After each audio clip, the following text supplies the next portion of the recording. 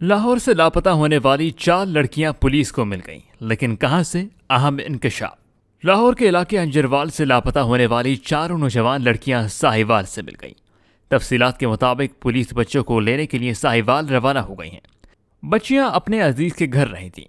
یہاں یہ امر قابل ذکر ہے کہ چاروں بچیاں انم، مہوش، ثنا اور طیبہ 30 جولائی کو گھر سے لاپتہ ہوئی تھیں، جس پر وزیراعلیٰ پنجاب عثمان بزدار نے نوٹس لیتے ہوئے بچیوں کو ڈھونڈنے کا حکم دیا تھا۔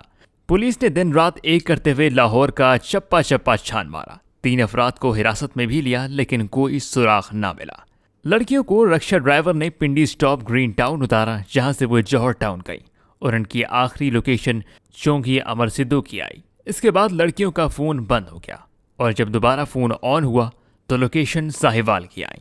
پولیس کا کہنا ہے کہ بچیاں لاہور سے ساہیوال گئیں، جہاں وہ اپنے عزیز کے گھر پر تھیں۔ والدین کی مار پیٹ سے ناراض ہو کر وہ یہاں آئی تھیں۔ پولیس بچیوں کو لینے کے لیے ساہیوال روانہ ہو گئی ہے۔